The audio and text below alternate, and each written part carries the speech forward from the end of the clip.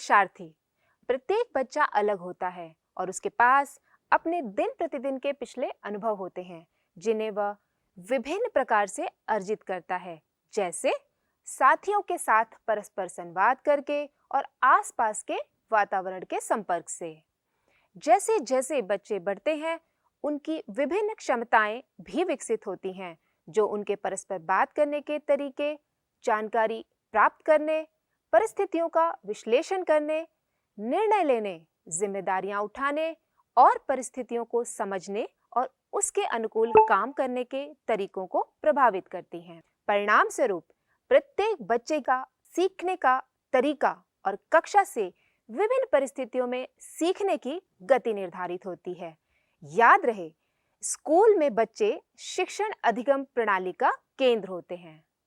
स्वायत्त और सक्रिय रूप से सीखने वाला बनने के लिए आवश्यक है कि बच्चे जिज्ञासु प्रवृत्ति के हों, काम में पहल करें, आत्मविश्वासी हों, खोजी प्रवृत्ति के हों, नवाचार करें यानी कि नई खोज करें और अपनी प्रतिक्रिया भी दें। एक इच्छुक और जिज्ञासु बच्चा प्रश्न पूछकर नई जानकारी प्राप्त करना चाहता है और फिर विस्तार से छानबीन करता है।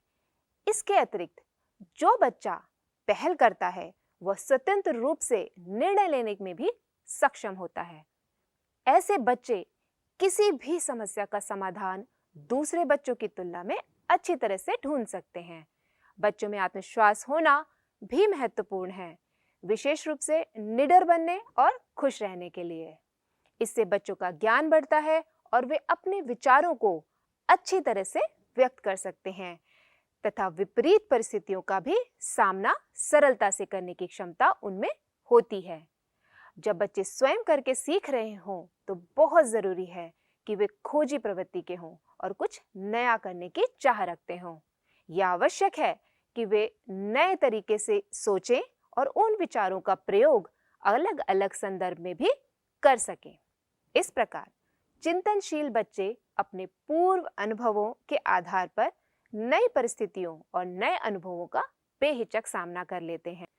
कुछ बच्चे स्वभावतः अधिक चिंतनशील होते हैं और वे कोई निष्कर्ष निकालने से पहले या निर्णय लेने से पहले अच्छी तरह सोच विचार कर ही जवाब देते हैं या फिर अपनी प्रतिक्रिया देते हैं। दूसरे कुछ बच्चे आवेग में आकर जल्दबाजी में जवाब देते हैं।